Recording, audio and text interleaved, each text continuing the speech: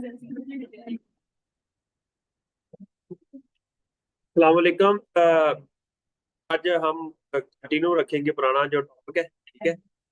तो क्या है, क्या होती है जर्म्स, क्या होते हैं जी? What are germs?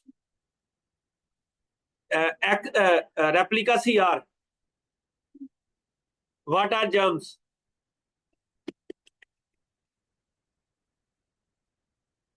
That can cause diseases, infectious diseases.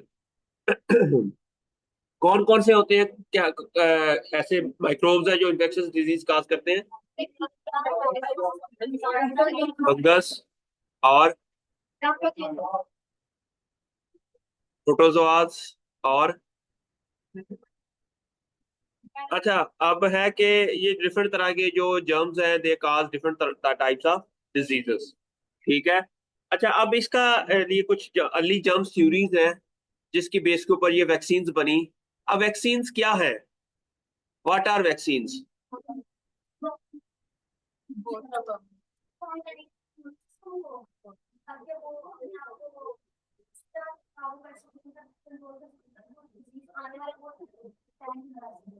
Okay, vaccination क्या करती है कि हमारी जो बॉडी के सेल्स है ना, उनको टी सेल्स कहते हैं। क्या कहते हैं? T cells. उनको ये ट्रेन कर देती है। क्या कर देती है? ट्रेन कर देती है कि पैथोजन कौन कौन से हैं। दो तरह के टी सेल्स होते हैं। एक सेल्स होते हैं जो रिकॉग्नाइज करते हैं कि ये पैथोजन है। दूसरे टी सेल्स होते हैं जो उसको किल करते हैं। ये कोऑर्डिनेटेड अप्रोच होती है। क्या होती है? कोऑर्डिनेटेड अप्रोच होती है कि एक सेल्स ये करते हैं कि वो पैथोजन को रिकॉग्नाइज करते हैं और दूसरे उसको किल कर देते हैं। लेकिन ये कौन करता है? ये वैक्सीन करती है। ये क्या करती है? अच्छा, अब वैक्सीन होती क्या है? वैक्सीन एक्चुअली वीकेंड पैथोजन होता है। क्या होता है? वीकेंड। वो एक पैथोजन ही होता है। उसको हम इंजेक्ट करते हैं पौधे के अंदर, या पौधे के अंदर या ह्यूमन के अंदर। जब वो ह्यूमन के अंदर इंजेक्ट होता है तो ह्यूमन को ऐसा लगता है कि जैसे कोई पैथोजन आ गया, लेकिन वो वीकन होता है। क्या होता है? वो कमजोर होता है, वो आपकी तरह लाचार होता है, वो इस तरह का होता है, ठीक है। तो उसको, लेकिन हमारी बॉडी के अंदर जो एंटीबॉडीज है उसके अगेंस्ट बनना शुरू हो जाती हैं। और साथ ही उस एंटीबॉडीज की वजह से वो जो सेल्स है वो ट्रेंड भी हो जाते हैं, ठीक है, जिसे हम टी सेल्स कहते हैं, ठीक है। ये व्हाइट ब्लड सेल्स की एक टाइप होती है, व्हाइट ब्लड सेल की एक टाइप होती है, ठीक हो गया। और इस तरह जब नेक्स्ट टाइम कभी जो पैथोजन आ जाए तो हमारी बॉडी ऑलरेडी ट्रेन होती है और उस इन्फेक्शन से, उस पैथोजन की जो इन्फेक्शन है, मुकाबला कर लेती, ठीक है। अब ये सारा कंसेप्ट आया कैसे? कैसे लोगों को पता चला कि अगर हम एक वीक पैथोजन को यूज करें।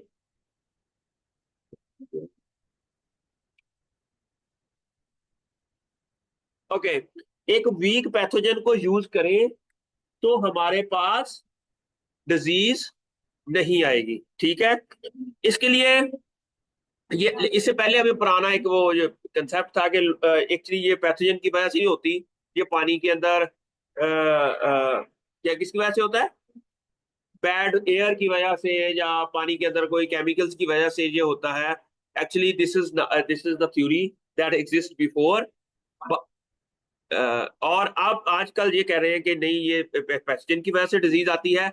लेकिन वो पैथोजन एक्चुअली उस पानी के अंदर वो जो केमिकल्स हैं, जो बैड एयर्स हैं, वो एक्चुअली रिलीज करते हैं। क्या करते हैं? These pathogen they actually are the responsible for the spread of these bad chemicals like. और पानी के अंदर और कौन से केमिकल्स होते हैं? Like not only these bad chemicals but also that is released by the pathogen, but also there are some other chemicals भी है, लाइक हमारे जो इंडस्ट्रीज है, इंडस्ट्रियलाइजेशन आई, उसके बाद लेड आ गया, मरकरी आ गई। ये इस तरह के जो आर्सेनिक है, ये सारी डिफरेंट इंडस्ट्रीज के अंदर यूज होते हैं। ये भी हमें डिजीज काज करते हैं, ठीक है। अच्छा, तो अब है नेक्स्ट क्वेश्चन ये है कि ये देखे ना, 1976 में क्या हो गया?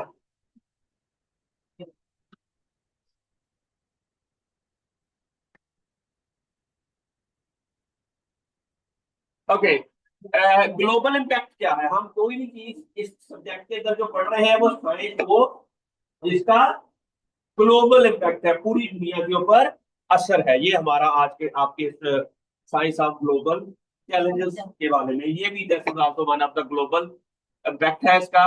अच्छा, how vaccine has eradicated disease like small pox and significantly reduce others such as polio और मीजल्स को भी। स्मॉल पॉक्स का ये है 1970 1796 में एडवर्ड ने एक्सपेरिमेंट किया था कि एक यंग बॉय जो कि कॉपॉक्स के साथ ट्रीट किया, जो कि लेस सीवियर डिजीज है। ये क्या हो रहा है?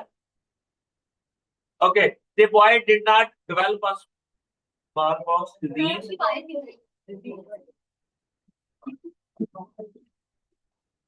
ओके, अच्छा, और उसके बाद जब उसने एक्सपेरिमेंट किया और उसके अंदर यंग बॉयज को सबसे पहले कॉपॉक्स दिया, जो कि एक लेस वो एक होती है सीवियर डिजीज, एक होती है माइल्ड डिजीज। एक होती है माइल्ड वायरस, माइल्ड पैथोजन, जो कि बहुत ज्यादा सीवियर डिजीज काज नहीं करता। और इसी कंसेप्ट को प्लांट्स के अंदर कहा जाता है क्रॉस प्रोटेक्शन। क्या कहा जाता है? प्लांट के अंदर भी उन्होंने पोटैटो वायरस एक्स को जब ट्रीट किया वायरसेस के ऊपर, वो एक ऐसा वायरस है जो कि डिजीज काज नहीं करता। फिर उसके बाद एक उन्होंने ऐसा सीवियर पैथोजन का अटैक करवाया तो उसके ऊपर डिजीज कम आई। ठीक है, इसी तरह ही मेरा एक स्टूडेंट है, उसने एमएससी में, हमने उनको एक रिसर्च करवाई कि हमने ना पौधे के ऊपर, प्लांट्स के ऊपर एक ना वायरस अटैक करवाया जिसको कहते हैं चिली लीफल वायरस। क्या कहते हैं? हमने एक पौधे के ऊपर वायरस का जब अटैक करवाया ना, चिली लीफकल वायरस, चिल्ली के अंदर लीफ कर्लिंग करता है वो वायरस है। ठीक है, ये मसला है आपका, ये वायर का मसला है। ओके, अब है कि जब चिली लीफ कल वायरस का अटैक करवाया, अब हमने उसको एक और तरीके से एंगल से सोचा। फिर हमने उसके ऊपर एक बैक्टीरियल इन्फेक्शन करवाई। फिर हमने 3-4 किस्म का एक्सपेरिमेंट किया। हमने वायरस का अटैक करवाया, फिर उस पौधे को ड्राउट दिया, फिर वायरस का अटैक करवाया, फिर उसके ऊपर एक बैक्टीरिया का अटैक करवाया, फिर एक पौधा जिसके ऊपर डायरेक्ट बैक्टीरिया का अटैक करवाया जो पैथोजेनिक है, और इसके ऊपर डायरेक्ट ड्राउट का अटैक करवाया। अगर आपको ये एक एक्सपेरिमेंट आपको कहा जाए कि ये किया जाए, what do you think, what could be the expected results? भी उसकी यील्ड क्या होती है? पैदावार, पैदावार, उसकी जो पैदावार है, या पौधे के ऊपर डिजीज की सिविरिटी। अच्छा, जब भी हम कोई एक्सपेरिमेंट करते हैं ना, उसके दो चीजें होती हैं, आपको पता होना चाहिए। When I want you to be a scientist, okay. अच्छा, दो तरह की चीजें बड़ी इंपॉर्टेंट होती है। एक होता है फैक्टर्स, एक होते हैं पैरामीटर्स। क्या होते हैं? Factors and parameters. फैक्टर्स क्या होता है? जिसका अफेक्ट चेक करना हो। पर क्या मैंने ये चेक करना है कि आप लोगों को कैसे पढ़ाया जाए, ये फैक्टर होगा। ये क्या होगा? फर्ज किया मैं आपको मल्टीमीडिया के थ्रू पढ़ाऊं, आपको बोर्ड से सिर्फ पढ़ाऊं, या आपको प्रेजेंटेशन दूं, या आपको जस्ट चेयर पे बैठ के ऐसे ही बोलता रहूं। There are different methods of teaching है। अब मैं चेक करना चाह रहा हूँ कि कौन सा मेथड अच्छा है, इफेक्टिव है, तो कैसे पता चलेगा? मैं कुछ पैरामीटर सिलेक्ट करूंगा कि अगर तो देखता हूं कि दस दस दस बच्चों को अलग अलग मैंने डिफरेंट मेथड से पढ़ाया, जिस जिस ग्रुप की परफॉर्मेंस अच्छी थी, तो it means that that method is very good. अब वो परफॉर्मेंस कैसे एवेल्युएट करेंगे? उसके द्वारा एग्जाम में नंबर, या उन्होंने कोई प्रोडक्ट डेवलप किया, कोई रिसर्च के अंदर अच्छा पेपर पब्लिश किया, तो इस तरह ये है पैरामीटर्स। इस तरह आपका एक्सपेरिमेंट हमने प्लांट्स के ऊपर लगाना है, या उसके ऊपर लगाना है एक्सपेरिमेंट, कोई चूहों के ऊपर लगाना है, या आपने स्टेम सेल्स के ऊपर कोई एक्सपेरिमेंट लगाना है, या आपने कोई डाटा कलेक्ट करना है, तो उसके लिए हमें पहले फैक्टर्स आइडेंटिफाई करने पड़ते हैं, फिर पैरामीटर। दो चीजें बड़ी इंपॉर्टेंट है, एक है फैक्टर्स और दूसरा। अच्छा, अब फैक्टर्स क्या है? अब यहाँ पर फैक्टर क्या है? वायरस एंड ड्राउट, दोनों क्या है? फैक्टर्स है, ये अफेक्ट कर रहे हैं। अब आउटपुट क्या होगी? फैक्टर्स नॉर्मली होते हैं इनपुट्स, क्या होते हैं? हमने पोलियो की वैक्सीनेशन, आपने वैक्सीन बना दी है पोलियो की। अब हम देखेंगे कि पोलियो का अच्छा, अब मैंने कहा कि हम पैथोजन का पार्ट ही इंजेक्ट करते हैं पौधों के अंदर या इंसानों के वीकेंड। अच्छा, सम टाइम ऐसा होता है कि पूरा पैथोजन भी नहीं इंजेक्ट करते, सिर्फ पैथोजन की एक प्रोटीन, पैथोजन की एक भर गया। अब पोलियो वायरस है, उसके 10 जीन है, उसके अंदर 10 जीन है। अब हम देखें कि 10 के 10 जीन को हम अलग अलग करके एक सेल्स के अंदर इंजेक्ट करें, क्या करें? सेल्स के अंदर इंजेक्ट करें। अब जो पैथोजन के ये जीन्स हैं, ये फैक्टर्स हैं, ये क्या है? इसका अफेक्ट चेक करना है। अब ये क्या अफेक्ट करना है कि ये इम्यूनिटी को ट्रिगर करते हैं कि नहीं, ये इम्यूनिटी को। अब हमने पहला जीन सेल्स के ऊपर अटैक किया। अब हमने देखा कि इम्यूनिटी किसे कहते हैं। फर्स्ट क्या हमने देखा कि एक पौधे के अंदर, ह्यूमन सेल्स के अंदर अगर एक खास केमिकल प्रोड्यूस हो जाए, ABC, फर्ज किया कोई भी, फर्ज किया वो जो हेपेटाइटिस C के अगेंस्ट क्या होता है, हम क्या लगाते हैं? वैक्सीन किसकी लगाते हैं? इंटरफ्रॉन। ठीक है, फर्ज किया हमने देखा कि जब पहला जीन हमने एक्सप्रेस कराया सेल के अंदर, सिर्फ जीन, एक जीन, ठीक है, और उससे इंटरफ्रॉन का लेवल उस सेल के अंदर कितना बढ़ गया? 5 ppm बना। कितना? 5 ppm बना। दूसरे में 10 ppm, तीसरे में 2 ppm, चौथे में 50 ppm। इस तरह हमने देखा कि हर सेल को, हर भी पार्ट के को देखा, और उसे किसके अंदर, प्लांट के अंदर इम्यून सिस्टम ट्रिगर हुआ है। पहला एक्सपेरिमेंट ये होगा। आपने अगर कोई वैक्सीन डेवलप करनी है, आपको सबसे पहले तो पता होना चाहिए कि पैथोजन के कितने पार्ट हैं, और उन किस पार्ट को एक्सप्रेस किया जाए तो वैक्सीन बनेगी। वैक्सीन बनने के लिए तरीका क्या है? सबसे पहला क्या है कि उसके अंदर इम्यून सिस्टम ट्रिगर हो, उसका इम्यून सिस्टम।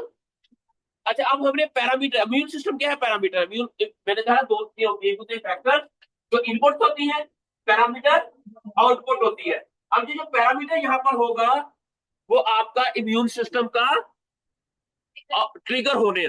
अच्छा, दूसरा हमने देखा कि पौधे को, अब यहाँ पर पैरामीटर एक और भी होगा कि डिजीज ना आए, क्या हो। अब हमने देखा कि जब सेल के ऊपर, जाहिर है जब ये पैथोजन की प्रोटीन्स हैं, जब ये पौधे के अंदर, हम ह्यूमन सेल्स के अंदर या स्टेम सेल्स के अंदर हम इसको इंजेक्ट करेंगे, या चूहों के अंदर इसको इंजेक्ट करेंगे, तो डेफिनेटली ये दे कॉज डिजीज। ठीक है, अब हमने देखना है कि इन 10 में से कौन सा ऐसा जीन है जिसको इंजेक्ट करें डिजीज ना आए, वो अच्छा वैक्सीन होगी, वो अच्छी। मेरी बात की समझ आ गई ना? अब डिजीज के पैरामीटर क्या होंगे? फर्ज किया हमने देखा कि उसके अंदर एक रेडिकल्स है, बहुत ज्यादा बनते हैं, क्या कर, रेडिकल्स, अगर रेडिकल्स कम बन रहे हैं इनमें डिजीज कम होगी। रेडिकल्स क्या करते हैं? सेल्स को डेड कर देते हैं, और सेल्स की, और जो रेडिकल्स जिस तरह ऑक्सीजन के रेडिकल्स हैं, H2O2, O2 के ऊपर -1, ठीक है, इस तरह के जो रेडिकल्स बने वो क्या करते हैं कि सेल्स को डैमेज कर देते हैं और हमारी डिजीज आ जाती है। मेरी बात की समझ आई ना? अब अब यहां पर ये रेडिकल्स का, रेडिकल क्या होंगे? पैरामीटर। रेडिकल क्या होंगे? Radicals parameter, immune system parameter, ठीक है। फैक्टर्स क्या है? वो 10 जीन। यहाँ पर फैक्टर्स क्या है? वो 10 जीन हमने ह्यूमन सेल्स के ऊपर अटैक करवाए। जी बच्चे, पैरामीटर्स। अच्छा, आउटपुट होता है, जो आउटपुट पैरामीटर क्या होता है? आउटपुट। अच्छा, वेरी गुड क्वेश्चन है। अच्छा, पैरामीटर वो होता है, अच्छा, दो तरह के ना वेरिएबल्स होते हैं। स्टैट के अंदर ना, मैं आपको बताता हूं। एक होते हैं डिपेंडेबल वेरिएबल्स, एक होते हैं इंडिपेंडेंट वेरिएबल्स। अच्छा डिपेंडेबल, अच्छा अब यहां पर ये जो जीन है ना, ये इंडिपेंडेंट वेरिएबल्स है, ये किसी के ऊपर डिपेंड नहीं कर रहे हैं, ठीक है। लेकिन ये जो पैरामीटर्स है ना, ये इन जीन्स के ऊपर डिपेंड कर रहे हैं। जिसके अंदर ये जीन होगा उसके अंदर और एक्सप्रेशन होगा, जिसके अंदर ये जीन होगा उस सेल के अंदर। और इट मींस ये जो पैरामीटर्स हैं ये क्या होते हैं, पैरामीटर की डेफिनेशन है डिपेंडेबल वेरिएबल्स। किसे कहते हैं, वेरिएबल्स किसे कहते हैं, चेंज होने। पर क्या मैं आपको कहूं कि आप लोग, मैं कहूं कि आपको डिफरेंशिएट करूं बेस्ड ऑन पब्लिक हेल्थ, तो ये एक अच्छा वेरिएबल नहीं है, क्योंकि सारे आप, this is not a good variable, इसके अंदर कोई चेंज नहीं, सारे वेरिएबल एक ही है, सारे पब्लिक हेल्थ के स्टूडेंट हैं। अगर मैं कहूं बेस्ड ऑन हाइट, तो डिफरेंट ग्रुप्स बनेंगे, तो ये गुड वेरिएबल होगा। कलर आईज, आईज का कलर, या आपका इलाका, उस बेस के ऊपर आपको क्लासीफाई करें। हम ये चेक करें कि पब्लिक हेल्थ में किस रीजन के लोग ज्यादा आते हैं। ये पब्लिक हेल्थ क्या है, फैक्टर, पब्लिक हेल्थ क्या है, फैक्टर। तो किस रीजन के लोग आ रहे हैं, ये parameter, effect of public health on different locations इन पाकिस्तान। हाँ एग्जैक्टली। अच्छा एक होते हैं, एक और, अच्छा इंडिपेंडेंट इसलिए कि जो किसी के ऊपर डिपेंड नहीं कर रहा है, ये हाँ ये ही इसके ऊपर ही वेरिएबल, वेरिएबल कहते हैं जिसके अंदर वेरिएशन हो। क्यों नहीं है, यहां पर वेरिएबल्स क्या है, जीन्स, जीन्स के अंदर डिफरेंट 10 जीन्स है ना, ये सारे, तो उसमें कोई वेरिएशन नहीं है। अच्छा अब एक, अच्छा एक और बात, हम हमने, एक मिनट बच्चों, एक जीन की भी वेरिएशन वो मैं बता देता हूँ। फर्ज के एक जीन है ना, आपने लेना है, या हमने कोई एंटीबायोटिक देनी है किसी सेल्स को, ये एंटीबायोटिक देंगे तो वो फैक्टर होगा। अच्छा कितनी एंटीबायोटिक देनी है, 1 ppm, 2 ppm, 500 mg देनी है, 1000 mg देनी है, 1500 mg देनी है, 2 ग्राम देनी है, ठीक है। अच्छा वेरिएबल्स वो होता है जिसके अंदर डिफरेंट रेंज हो। अगर हम कहें कि एक पौधे को पानी दिया, एक को नहीं दिया, तो ये वेरिएशन नहीं है, वेरिएबल्स सिर्फ दो ही है, ठीक है। अगर एक पौधे को पानी दिया, दूसरे को 7 दिन बाद दिया, तीसरे को 10 दिन बाद दिया, चौथे को 15 दिन बाद दिया, अब वेरिएशन आई है। अच्छा वेरिएबल का मतलब है जिसके अंदर बहुत ज्यादा चेंज हो। रिसर्च वही होती है, आपने ना, मैंने कहा था कि आप लोगों ने ऑप्टिमम कंडीशन स्टडी करनी होती है। क्या करनी होती है, ऑप्टिमम का मतलब होता है जिसके अंदर मिनिमम इनपुट थे और मैक्सिमम आउटपुट आए, ठीक है। अगर इवन हम पहले तो हम जस्ट जीन्स को देंगे, फिर हम कहेंगे कि तीसरा छठा और सातवां जो जीन है ना, उससे अच्छा ट्रिगर हुआ है इम्यून सिस्टम। अब हम कहेंगे कि इसकी कंसंट्रेशन कितनी दी जाए, नेक्स्ट एक्सपेरिमेंट क्या करेंगे, पर क्या 1 mg देंगे, 2 mg देंगे, 3 mg देंगे, ज्यादा हम वो कंसंट्रेशन देंगे जिससे मिनिमम इनपुट देनी पड़े और मैक्सिमम इम्यून सिस्टम ट्रिगर हो, और डिजीज भी मिनिमम से ज्यादा। अगर हम कोई एक्सपेरिमेंट करेंगे तो उस एक्सपेरिमेंट के अंदर हम यही चीजें डिस्कस करेंगे ना। हम हमने वैक्सीन डेवलपमेंट के ऊपर काम करना है।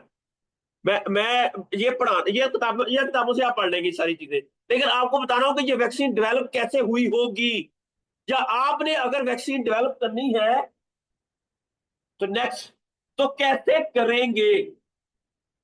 असल तो आप लोगों को मसला यही है कि आप लोगों को ये पता चल जाए कि ये काम करना कैसे है और बात में कैसे किया होगा। ये तो किताबी बातें जो, इसलिए तो अक्सर कहा जाता है यूनिवर्सिटी में ना, बस वो किताबी बातें बताते हैं, वो बातें नहीं बताते जो पब्लिक को जरूर यहां इंडस्ट्री में जिसकी, ठीक है, मेरी बात की समझ आ रही है कि वैक्सीन कैसे डेवलप होती है। उसके लिए आपको पहले जो स्टडी करना चाहिए कि what are research, what are factors, what are parameters. Factors वो होते हैं जिसका अफेक्ट चेक करना हो, फैक्टर्स वो होते हैं जिसका अफेक्ट, और पैरामीटर्स वो होते हैं जिसके ऊपर अफेक्ट आए, जिसके ऊपर, ठीक है, तो उसे हम कहते हैं, फर्ज किया समझ आ रही है आपको। अच्छा, अब आपके जीन्स है, पहला जो एक्सपेरिमेंट करेंगे वो सिर्फ जीन्स लेंगे, फिर उसमें से देखा कि जीन्स नंबर 3 में अच्छी इम्यून सिस्टम ट्रिगर हुआ है। अब आपने नेक्स्ट एक्सपेरिमेंट क्या करेंगे कि उस जीन की डिफरेंट वेरिएशंस, हमने प्रोटीन उसकी एक्सप्रेस करवाई इंकुलाई के अंदर, और वो प्रोटीन की हमने डिफरेंट कंसंट्रेशन उस सेल्स के अंदर इंजेक्ट की। फिर हमने देखा कि 3 ppm के ऊपर मैक्सिमम ट्रिगर हो रहा है इम्यून सिस्टम मैक्सिमम, और डिजीज भी कम से कम आ रही है, और सेल की शेप के ऊपर भी कोई इफेक्ट नहीं हो रहा। तो इट मींस दैट ये it's a lot of experimental data, ये तो है जनरेट करते हैं, तब जाके हमें पता चलता है कि ये वैक्सीन हमारी काम की। फिर हम इसके अंदर और कई पैरामीटर भी स्टडी करते हैं, उसके अंदर कोई एलर्जन तो नहीं आ गई, कोई एलर्जी तो नहीं आ गई, कोई और चीजें, फर्ज किया व्हाइट ब्लड सेल तो नहीं बढ़ गए, बाकी भी सारे हिस्टोलॉजिकल टिश्यूज और पैरामीटर्स सारे स्टडी करते हैं कि इस वैक्सीन को जब हम ह्यूमन के अंदर इंजेक्ट करेंगे कि क्या कोई उसका ऊपर नेगेटिव इफेक्ट तो नहीं होगा, क्योंकि ये हाईली अभी आपका वो बड़ा ही यार, आपने ह्यूमन हेल्थ को के लिए ये वैक्सीन बनानी है, तो आपको 1000 2000 पैरामीटर इस तरह के होंगे जो स्टडी करने पड़ेंगे, फिर जाके आपको पता चलेगा okay this is a good vaccine जी। क्या फैक्टर्स में, यहां पर फैक्टर्स में आएंगे, नहीं नहीं, वो जो जीन एक्सप्रेशन की बात कर रहे हैं ना, वो सेल्स का एक्सप्रेशन होगा, वो सेल्स के जीन का एक्सप्रेशन होगा, सेल के जीन का एक्सप्रेशन पैरामीटर में आएगा। जो पैथोजन के जीन्स होंगे यहां पर वो फैक्टर्स होंगे। अब जहां जहां पर हम जब सेल्स को अटैक करवाएंगे तो सेल्स के अंदर भी तो इम्यून सिस्टम एक्टिवेट होगा ना, वो इम्यून सिस्टम क्या होगा कि आपका कोई जीन एक्सप्रेस होगा, वो जीन एक्सप्रेशन जो है वो क्या होगा, पैरामीटर होगा, वो क्या होगा, ठीक है। हेमोग्लोबिन के ऊपर क्या इफेक्ट हुआ, आपकी इंटरफेरोन के ऊपर क्या इफेक्ट हुआ। हेमोग्लोबिन एक जीन है जो कि एक प्रोटीन बनाता है, जिससे एक प्रोटीन बनती है, और वो प्रोटीन ब्लड को में से ग्लूकोज को ट्रेवल करवाती है, ठीक है। इसी तरह ही सॉरी ग्लूकोज नहीं, ऑक्सीजन को वो ट्रेवल करती है। हमारी ब्लड के अंदर जब हम डाइजेशन होती है तो हमारा ग्लूकोज जो स्टार्च है वो ग्लूकोज में कन्वर्ट हो जाता है, और ग्लूकोज हमारी ब्लड स्ट्रीम के अंदर चला जाता है, ठीक है। अच्छा, ब्लड के अंदर जब चला जाता है, एक तरफ से ब्लड से वो जा रहा होता है और दूसरा ग्लूकोज उसके अंदर साथ, जहां जहां जिस जिस सेल्स को एनर्जी चाहिए होती है वहां पर ग्लूकोज और जो ऑक्सीजन है ये आपस में कंबाइन होके वहां पर एटीपी बनाना शुरू कर देते हैं। It mean both are needed, हमें ऑक्सीजन भी चाहिए, हमें ग्लूकोज भी चाहिए, लेकिन ज्यादा ग्लूकोज नहीं चाहिए, ज्यादा ज्यादा एवरीथिंग। इसी तरह वैक्सीन कैसे डेवलप हुई होगी, अब आपको बड़ा आसानी से समझ आ गई होगी कि क्या क्या what are vaccine and how they are develop, why they are develop, ठीक है। तो इस तरह हमारे पास एक ऐसा डाटा जनरेट हो जाता है, और फिर उसके लॉट ऑफ ट्रायल्स, फिर चूहों के अंदर ट्रायल करते हैं, फिर बिल्लियों के अंदर ट्रायल करते हैं, फिर है फ्रॉग्स के अंदर, फिर it's a lot of maximum trial. उसके बाद फिर हमें पता चलता है कि okay this is a very good polio vaccine and this is very good vaccine. अच्छा, अब फिर ऐसी भी वैक्सीन भी हैं, आपको पता है ये जो आपका है डेंगू वायरस, डेंगू की 4 स्ट्रेन है। अच्छा, एक और बड़ा इंपॉर्टेंट फैक्टर होता है वैक्सीन के अंदर, कि आपकी वैक्सीन जब डेवलप कर रहे हो ना, तो आपको पता होना चाहिए कि ये एक पैथोजन के अगेंस्ट तो ये काम कर गया, क्या कहीं दूसरे पैथोजन को ज्यादा ट्रिगर ना कर दे ये वैक्सीन, उसके साइड इफेक्ट क्या होंगे। आपको पता है अभी तक डेंगू की कोई भी वैक्सीन नहीं डेवलप हुई, वजह क्या है। हाँ,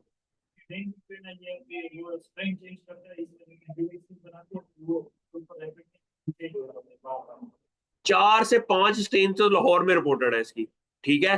अब ये अगर आपने एक स्ट्रेन के अगेंस्ट वैक्सीन डेवलप की ना, नेक्स्ट टाइम वो स्ट्रेन आएगी तो कोई डिजीज नहीं आएगी। खुदा ना खास्ता कोई और स्ट्रेन आ जाए ना तो डेथ है। तो क्या है, ठीक है, इसलिए इसके अगेंस्ट अभी तक अब लोग ये कह रहे हैं कि इन चारों स्ट्रेन को इकट्ठा करके कोई ऐसा फैक्टर आइडेंटिफाई किया जाए जो इन चारों के अगेंस्ट इक्वली वर्क करे। ठीक है, तो इसके ऊपर रिसर्च हो रही है। समझ आ रही है? तो vaccines are very important and for public health. ठीक है, क्योंकि हमने पब्लिक हेल्थ को इंप्रूव करना है, तो इसके लिए दुनिया में ये काम हो रहा है। नेक्स्ट क्वेश्चन ये है कि लुइस पॉस्चर ने क्या किया था बच्चे?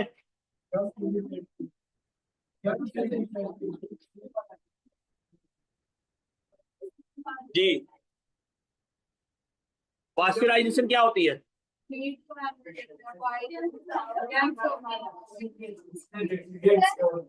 याद किया था? अच्छा, और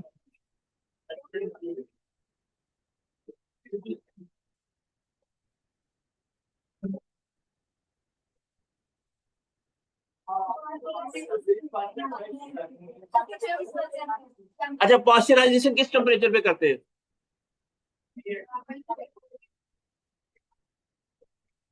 बताएं।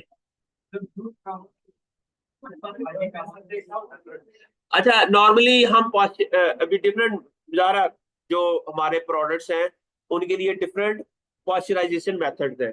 नॉर्मली हम ऑटोक्लेव करवाते हैं। हम जब लैब के अंदर नॉर्मली बैक्टीरिया, सारे बैक्टीरिया किल करने हो ना, आपने सारे बैक्टीरिया किल करने हो, हम क्या करते हैं कि हम 120 डिग्री सेंटीग्रेड के ऊपर 20 मिनट के लिए, 120 डिग्री से 120 डिग्री सेंटीग्रेड के ऊपर अराउंड 15 से 20 मिनट के लिए हम, फर्ज किया हमने एक बैक्टीरिया कल्चर करना है जो पैथोजेनिक है, ह्यूमन पैथोजेनिक है, इकोलाई बैक्टीरिया।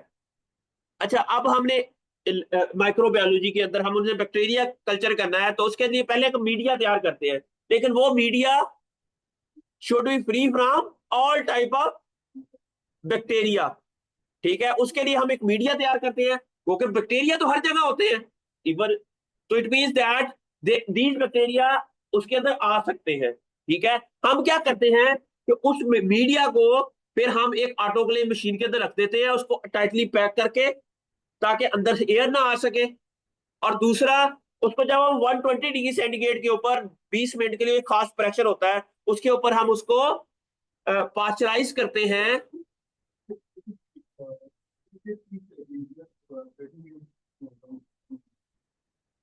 120 डिग्री सेंटीग्रेड के ऊपर नहीं, हम पता क्या करते हैं हम, अच्छा, हम to be on safe side हम क्या करते हैं, हम 15 से 20 मिनट के लिए ही करते हैं। आपकी बात भी ठीक होगी, लेकिन हम जो करते हैं ना, प्रैक्टिकली हर लैब का डिफरेंट होता है। हम क्या करते हैं, उसके लिए खास पहले तो प्रेशर भी मेंटेन, वो अभी मुझे प्रेशर का नहीं पता, वो पता नहीं कितना पास्कल होता है। ठीक है, वो एक जो आपने प्रेशर कुकर देखा है, जिसका प्रेशर कुकर के अंदर पहले वो आती है, हम 15-20 मिनट लगाते हैं, जब उसके अंदर वो सीटी घूमती है। अच्छा, हम कहते हैं जब वो घूमना शुरू हो जाए उसके 5 मिनट के बाद या 10 मिनट के बाद 3 सीटियां बज जाए, तो फिर हम उसको कुक हो जाती है खुराक। इसी तरह ही हम क्या करते हैं कि autoclave is just like pressure cooker, एक तरह की डिवाइस होती है, उसके अंदर हम मीडिया डाल देते हैं, और मीडिया डालने के बाद फिर हम क्या कर देते हैं कि वो पहले तो वो 120 डिग्री सेंटीग्रेड पर उसका टेम्परेचर होने के लिए वो 30 से 35 मिनट लगते हैं। ठीक है, प्रेशर वो बिल्ड होने के लिए, फिर वो 20 मिनट के लिए हम उसको देते हैं पास्चराइजेशन के लिए, फिर 30 मिनट उसको अगेन प्रेशर को और उसको कम होने के लिए लगते हैं। इस तरह कम से कम 1.25 घंटा लगता है हमारा हमारा ऑटोक्लेव होने में।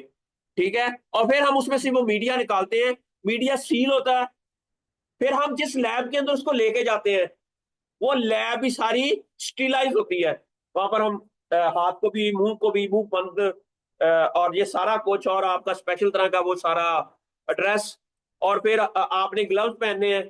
ठीक है, और फिर आपने एक ऐसे लेमिनार एयर फ्लो कैबिनेट में जाना है जहां जो कि डिजीज फ्री है, कोई पैथोजन फ्री है। वहां जाके आपने उसको खोलना है और वहां पर हम पोरिंग करेंगे पैटी प्लेट्स के ऊपर। अब वहां पर पैटी प्लेट्स के ऊपर नो बैक्टीरिया, ठीक है। जब वो बैक्टीरिया नहीं है, अब हमने इक्वलाई उसके ऊपर कल्चर कर लेते हैं। जब ब्लड के अंदर हमने देखने के कौन कौन से बैक्टीरिया है, तो हम ब्लड ऊपर स्प्रेड कर देंगे। तो कुछ बैक्टीरिया हैं जो ओवरनाइट कल्चर कर लेते हैं, कुछ होते हैं जिनको 4 दिन लगते हैं, कुछ होते हैं जिनको 1 वीक लगता है, ठीक है। तो इस तरह हमारे पास डिफरेंट डेज तक हमें पता चलता है कि कौन सा बैक्टीरिया इसके अंदर प्रेजेंट है, ठीक है।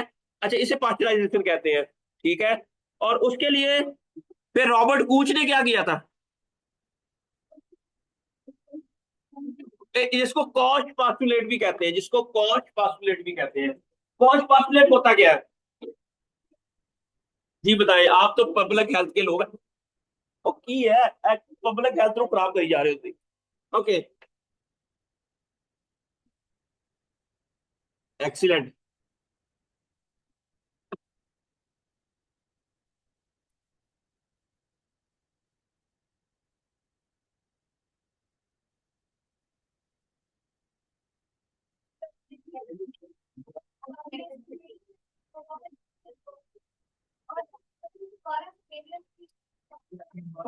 Exactly, what is your name?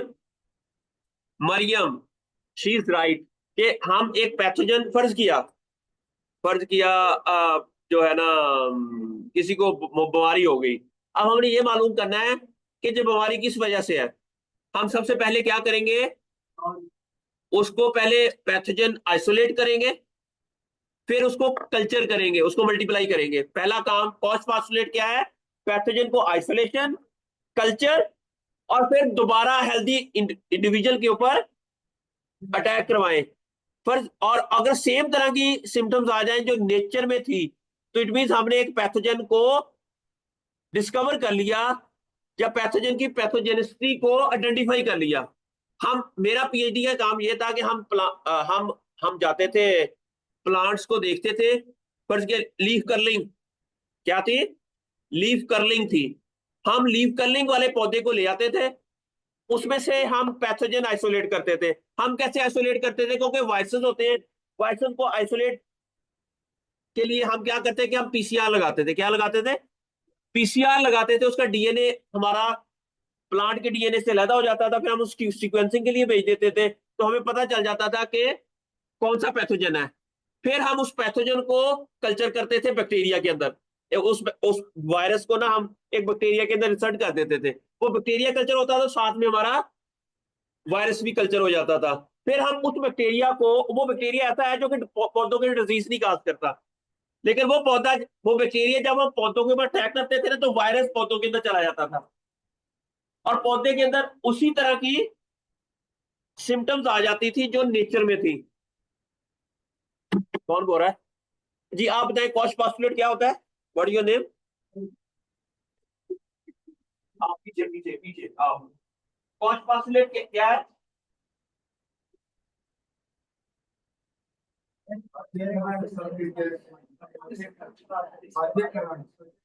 आप बताइए, जो बातें कर आप ही ना कर रहे हैं। आप बताइए,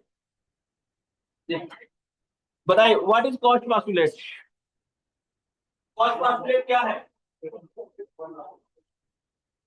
पर किया, आप पैथोजन हो, आपने इसको अटैक किया, अब हम आपको इसमें से आइसोलेट करेंगे, ठीक है।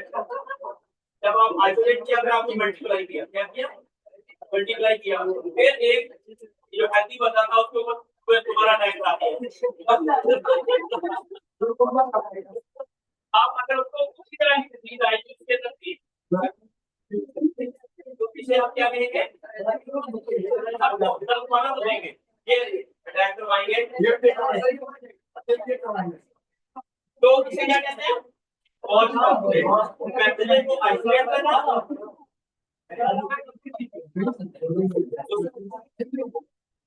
पैथोजन को आइसोलेट करना, कल्चर करना, फिर वापस डिवीजन के ऊपर अटैक करवाना। अगर तो सेम तरह की सिम्टम्स आ जाएगी और नेचर में थी, तो हमने क्रॉस पास्टुलेट को कल्चर का मतलब मल्टीप्लाई करना। एक बैक्टीरिया आइसोलेट किया, उसकी कॉपीज बनाई मीडिया के अंदर, आर्टिफिशियल मीडिया के अंदर, वो मल्टीपल कॉपीज बनाई। फिर वो कॉपीज वाले जो एरिया बनाए, फिर उसको हमने हेल्थी इंडिविजुअल के ऊपर जाकर अटैक करवाया। अगर चूहों के ऊपर करवा दिया या फिर किसी भी ऐसे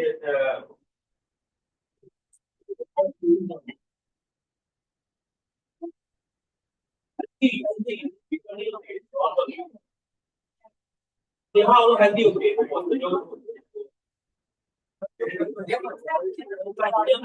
स्ट्रॉन्ग होते हैं। और वो जो नॉर्मल होते हैं वो नॉर्मल वो होते हैं जो सिम्टम शो करेंगे। इसको अगर सिम्पल तरीकों क्या इसलिए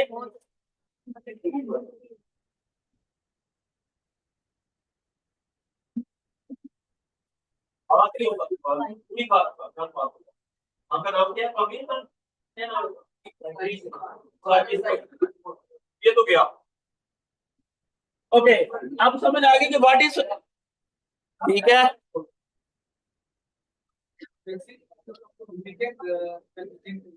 वीकेंड पैथोजन क्वेश्चन,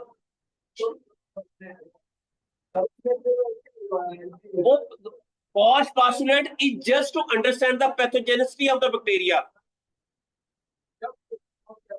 हाँ, जर्म्स को डिस्कवर किया था बस। जी, जर्म्स को उसने डिस्कवर किया, ये जर्म्स है जो डिजीज काज करते हैं, बस उसने ये डिस्कवरी की थी। ठीक है, वैक्सीन का उसके तलक नहीं है, उसने सिर्फ ये डिस्कवरी की, सबसे पहले दुनिया को बताया कि अगर अगर आपने कोई जर्म्स आइसोलेट करना है या कैरेक्टराइज करना है तो कैसे करना है। ये सारी कहानी उसने ये दुनिया को बताई। ठीक है, और इसी तरह ही जो है वैक्सीन जो डेवलप की है वो जॉन सालक and Albert Sabeen develop value vaccine fundamentally public. सालक, साल्क, साल्क, ओके। उसके बाद अच्छा, जो जो मिसामा थ्योरी आई थी, ये आई थी 1546 में। जर्म थ्योरी ऑफ डिजीजेस क्या थी 1860 में, जो कि लुइस पास्चर ने दी थी। फिर कॉश पास्टुलेट आया था 1880 में। और फिर बहुत ज्यादा एडवांसेस आई माइक्रोबायोलॉजी के अंदर 1900s में। तो वैक्सीन डेवलपमेंट टाइमलाइन क्या है कि सबसे पहली सक्सेसफुल वैक्सीन एडवर्ड ने 1796 में दी। ये मैं शेयर कर दूंगा, ठीक है। फिर आगे वो हेपेटाइटिस बी की वैक्सीन जो है 1982 में आई। कोविड 19 की वैक्सीन कब आई? 2020 में, ठीक है। फिर पोलियो की वैक्सीन 1955 में आई थी। इंपॉर्टेंस ऑफ वैक्सीन क्या है कि they are very important for preventable diseases. ठीक है, तो उसके अलावा ये high vaccination rate contribute to the immunity, herd immunity, protecting vulnerable population from outbreak. तो अब आ गए हैं कि कंट्रोवर्सीज क्या आई हैं वैक्सीनेशन के अंदर, क्या है आपको, you can have a better idea what are the different controversies.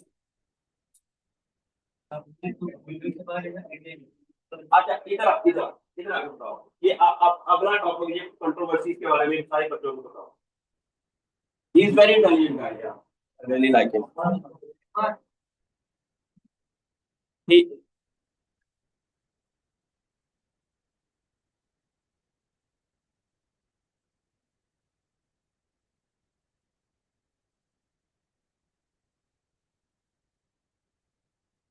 इधर आ जाओ इधर। पोलियो के बारे में कंट्रोवर्सीज ये है, तालिबान ने इसमें से मेन काम तहरीक तालिबान पाकिस्तान, जो उस वक्त स्वात में थे 2008 के टाइम, उन्होंने फैलाई थी कि इससे ना बच्चे स्टेरलाइज होते हैं, स्टेराइल होते हैं हमारे बच्चे। और इसमें सुअर की चर्बी यूज होती है, इसमें अल्कोहल यूज होता है। और इसी तरह के, और ये कि ये जो वैक्सीनेशन करते हैं, ये हमारे यहाँ ना सर्वेलेंस करते हैं, तजस्सुसी करते हैं। तो इसके हवाले से ये इसकी कंट्रोवर्सीज थी। लेकिन इस पर काम असल इसके मसले कोई और है ना, पोलियो की वैक्सीन के, वो साइंटिफिक रिसर्च। ये हम ये बात करनी चाहिए कि जो ओरल पोलियो वैक्सीन है, जो कि वीकेंड वायरस है, ये जब अंडर इम्यूनाइज पॉपुलेशन होती है जहां पर पोलियो की वैक्सीनेशन 80% से कम होती है, ये जो वीकेंड वायरस होता है जहां पर इम्यूनिटी नहीं होती कम्युनिटी में, ये वापस अपनी स्ट्रेन चेंज करता है और इससे जो है ना दूसरा वायरस निकलता है, जिसको vaccine circulating vaccine derived polio virus CVDC जिसको कहते हैं, ये निकलता है। तो इसके बारे में हमें ये पूछना चाहिए साइंटिफिक क्वेश्चन कि हमने इसको कैसे रोकना है। और हम मतलब अगर हम पोलियो ओरल पोलियो वैक्सीन ना यूज करें, फिर जहाँ जो कंट्रीज गरीब ममालिक हैं जहाँ पर आप डोज बार बार नहीं दे सकते, जहाँ पर आप IPV नहीं लगा सकते, तो आप कैसे करेंगे। जो सर ने बताया था कि हमें पब्लिक हेल्थ जो करनी है, इंटरवेंशन कॉस्ट इफेक्टिव होनी चाहिए। ओरल पोलियो वैक्सीन जो है ना, जो वीकेंड वायरस होता है, ये इम्यूनिटी भी स्ट्रॉन्ग करता है, लेकिन अगर अंडर इम्यूनाइज पॉपुलेशन हो तो उसमें ये और भी मसला देता है। तो हमें इस बारे में रिसर्च करनी चाहिए, ना कि उन बारे में कि ये पब्लिक हेल्थ के स्टूडेंट होते हुए भी। किसी ने क्लास में पूछा था सर से, पिछले हफ्ते की बात है या, हाँ पिछले हफ्ते की बात है, हमारे क्लास स्टूडेंट ने पूछा था कि सर ये वेस्टर्न एजेंडा है और इसमें स्टेराइल। तो मुझे बहुत अफसोस हुआ कि पब्लिक हेल्थ का स्टूडेंट वो ये कह रहा था।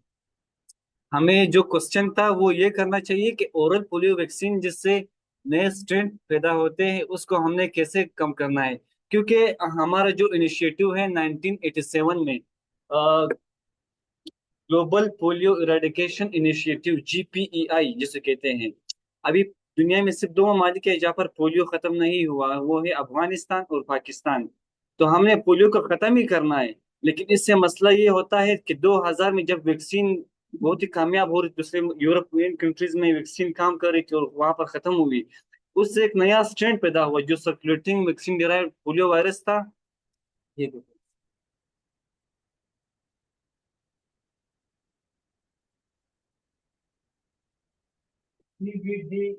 CVD PV2, circulating vaccine derived polio virus. उन्होंने देखा कि जो असल में ना पोलियो के पहले ये वैक्सीन का नाम था वाई पोलियो वायरस वन, इसके तीन स्ट्रेन थे, 2 और 3।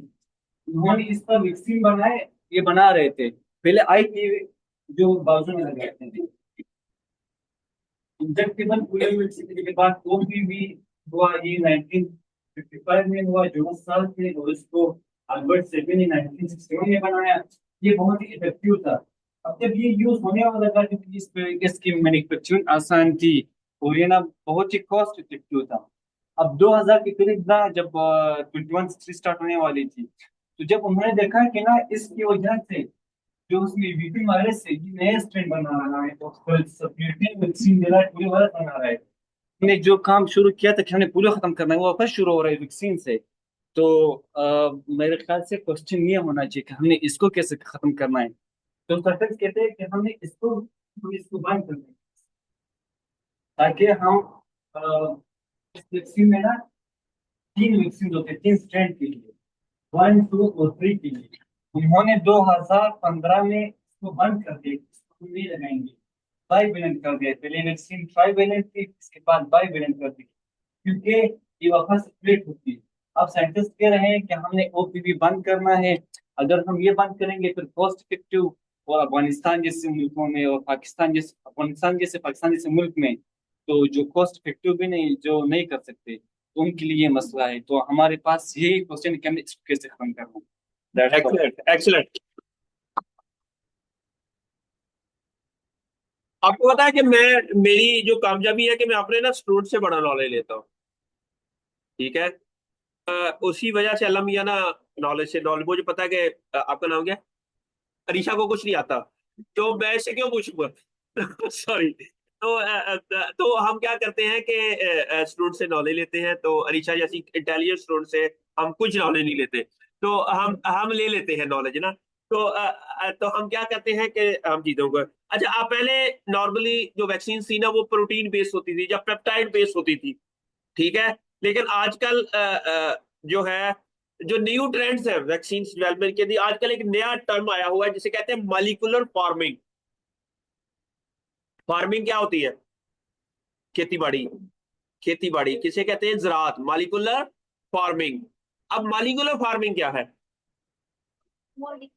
हम वो वैक्सीन वाले मॉलिक्यूल जैसे हमारी बॉडी के अंदर वो होती है, इम्यूनिटी ट्रिगर होती है ना, वो पेप्टाइड्स, वो प्रोटीन्स हम बनाना के अंदर एक्सप्रेस करवा देते हैं। क्या कर देते हैं? बनाना के अंदर। अब आप बनाना खा रहे होंगे लेकिन वैक्सीनेट हो रहे होंगे। क्या होंगे? बनाना खाएंगे लेकिन हमारी बॉडी के अंदर इम्यून सिस्टम ट्रिगर हो जाएगा, और you can be a vaccinated. ठीक है, समझ आ गई? Food as a vaccination, food as a vaccination.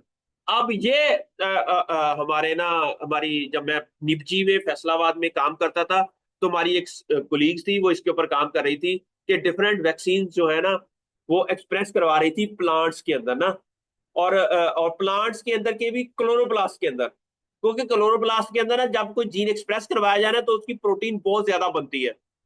जरा हमें प्रोटीन ऐसी चाहिए जो काफी ज्यादा तादाद में हो, फिर हम बनाना खाएं, हम मिल्क शेक पी का बनाना का मिल्क शेक पिए और हम वैक्सीनेट हो जाए। या अच्छा, अब जो ऑरल वैक्सीनेशन होती है उसका सबसे, आपको पता है कि कोई भी चीज कैप्सूल की फॉर्म में क्यों आती है? कोई मेडिसिन जो होती है वो कैप्सूल की फॉर्म में क्यों आती है बरहान? नहीं नहीं, जी बचे।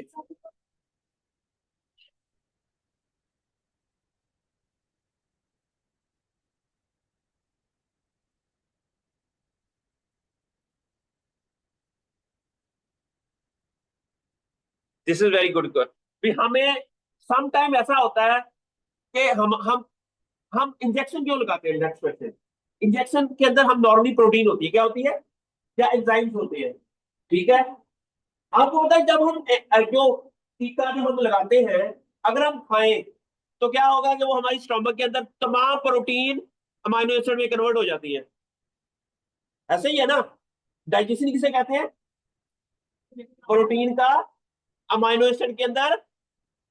लेकिन फर्ज किया हमने, वो मेडिसिन जो है, जब जो इंजेक्शन लगाया वो एंटीबायोटिक को वो बैक्टीरिया को जाके किल करती है।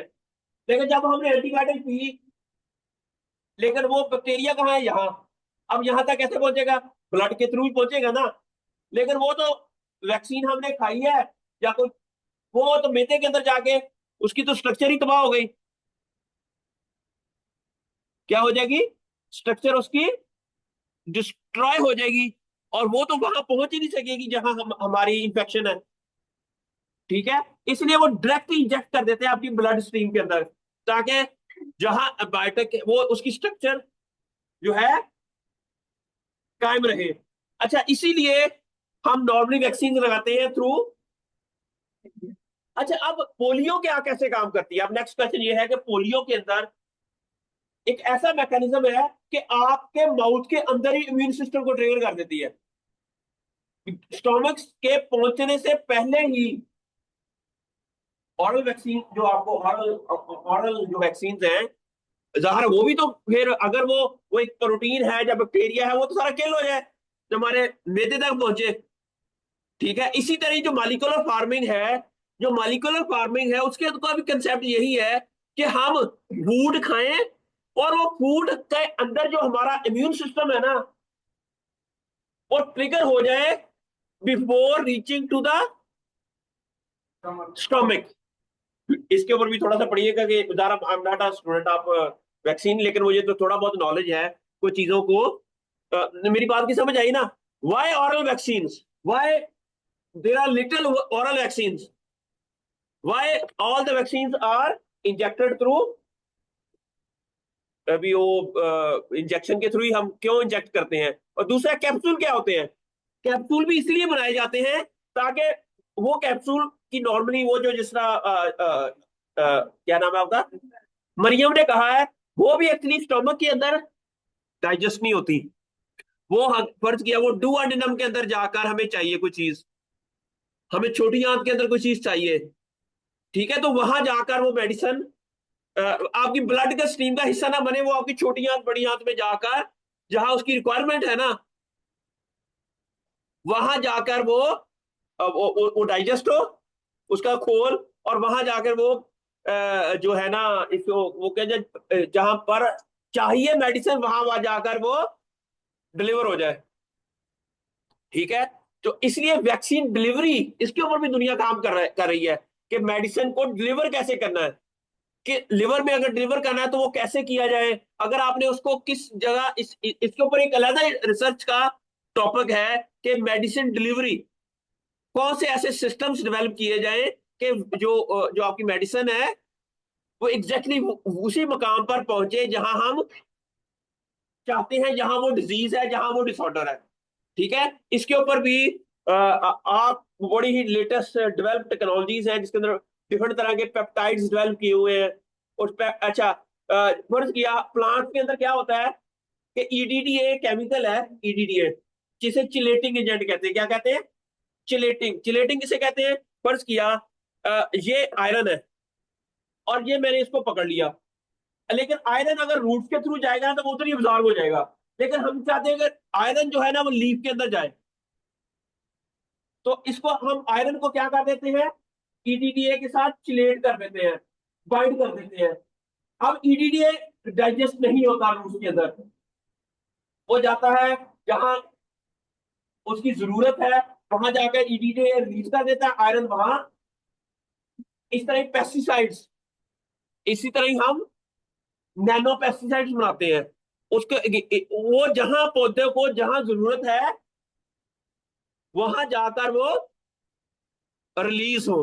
ठीक है, इसी तरह हमारी बॉडी के अंदर भी हमने जहां डिलीवरी करवानी, वो दूसरी डिलीवरी नहीं, डिलीवरी करवानी है, वहीं ही जाकर वो चीजें जाए। ठीक हो गया जी।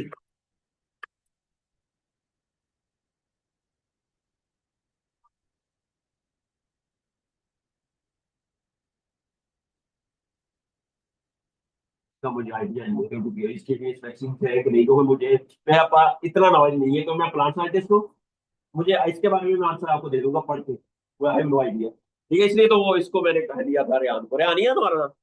जो चीजें मुझे नहीं आती होती मैं कह देता हूँ तो कि आई हैव नो आइडिया, लेकिन इसके बारे में पढ़ूंगा जरूर कि why there is no vaccine has been developed और इज देयर एनी डेवलप। अगर नहीं बनी तो क्यों नहीं बनी? ठीक है, या ये इतनी बड़ी प्रॉब्लम ना हो कि इसके अगेंस्ट बनाई जा सके। जिस तरह फंगस के अगेंस्ट अभी तक मुझे नहीं लगता कि कोई वैक्सीन बनी है। ठीक है, क्योंकि fungus is not a big diseases in human. Fungus are very good diseases in plants. ठीक है, bacteria are not a good diseases in plants, but bacteria are a very good disease in human. ठीक है, तो अब अब crop specific होती हैं ये चीजें ना, समझ आ गई आपको? ठीक है, ग्लोबल वैक्सीनेशन इनिशिएटिव कहाँ गया है? ये तो आपको, ये तो किताबी बातें हैं जो आपको पता लग जाएंगी। WHO ने एक्सपेंडेड प्रोग्राम शुरू किया और वो कहानी सारी ओवर हो गया, मेरा भी पता है, मुझे लगता है ओवर हो गया। Anti, okay that's good. अच्छा अब है, एक minute, just just just last. अच्छा, एक आजकल आया हुआ पर्सनलाइज मेडिसिन, इसे कहते हैं। और बंदे के लिए डिफरेंट मेडिसिन सेम बीमारी के लिए, और ये आपको की स्टेज डिफरेंट हो सकती है बीमारी की। आपके लिए कुछ और वैक्सीन डेवलप किया जाए, इसके लिए कुछ और डेवलप की जाए। आजकल इसके ऊपर काम हो रहा है। ठीक है, इसके अंदर बहुत ज्यादा आर्टिफिशियल इंटेलिजेंस और ये जो डाटा है उस डाटे की बेस के ऊपर जीन एक्सप्रेशन का जो डाटा है, जी कौन सा इम्यून आपके इम्यून सिस्टम की, आपकी बॉडी का जो इम्यून सिस्टम है वो कितना वर्क करता है, उस सारे डाटे को यूटिलाइज करके कि आपकी स्ट्रेंथ क्या है, आपकी बॉडी के अंदर वीकनेस क्या है। फर्ज किया इसका इम्यून सिस्टम और तरह का हो सकता है, आपका इम्यून सिस्टम, आप एक ही मेडिसिन को, आपका जो इम्यून सिस्टम है वो और तरीके से रिस्पॉन्स कर रहा है, इसके लिए और है, इसके लिए और वैक्सीन, इसके लिए और। इसे कहते हैं प्रिसीजन मेडिसिन, इसे क्या कहते हैं? और आजकल दुनिया में बहुत ज्यादा काम पर्सनलाइज एंड प्रिसीजन मेडिसिन के ऊपर काम हो रहा है। और ये बड़ा ही एक्सपेंसिव है आजकल, क्योंकि अभी तक तो ये बड़ा एक्सपेंसिव है कि हर बंदे को उसकी मुताबिक मेडिसिन दी जाए, उसके मुताबिक वैक्सीनेशन करवाई जाए। क्योंकि हम ये प्रिसीजन वाला काम ना हम एग्रीकल्चर के अंदर भी करते हैं, जिसको हम कहते हैं प्रिसीजन एग्रीकल्चर। पौधे को कब कौन सा क्या पैथोजन, क्या अटैक, क्या पानी, क्या फर्टिलाइजर क्या देना है, वो ऑलरेडी हमने इस तरह के सॉफ्टवेयर डेवलप किए हुए हैं, ऐसी चीजें जिसके अंदर हमें पता होता है कि अगर ये पानी देंगे तो ये यील्ड आएगी, ये पानी होगा तो ये होगा, ये बीमारी आएगी तो क्या करना है। ऑलरेडी एआई को, मशीन लर्निंग को यूज करते हुए we can predict the future of agriculture farming. Similarly this has been done in public health, के लोग कैसे हम इसके अंदर ये चीजें कर सकते हैं जी। अटेंडेंस मेरा अभी अभी क्लास भी है, कितना टाइम? मेरी 10:30 है क्लास।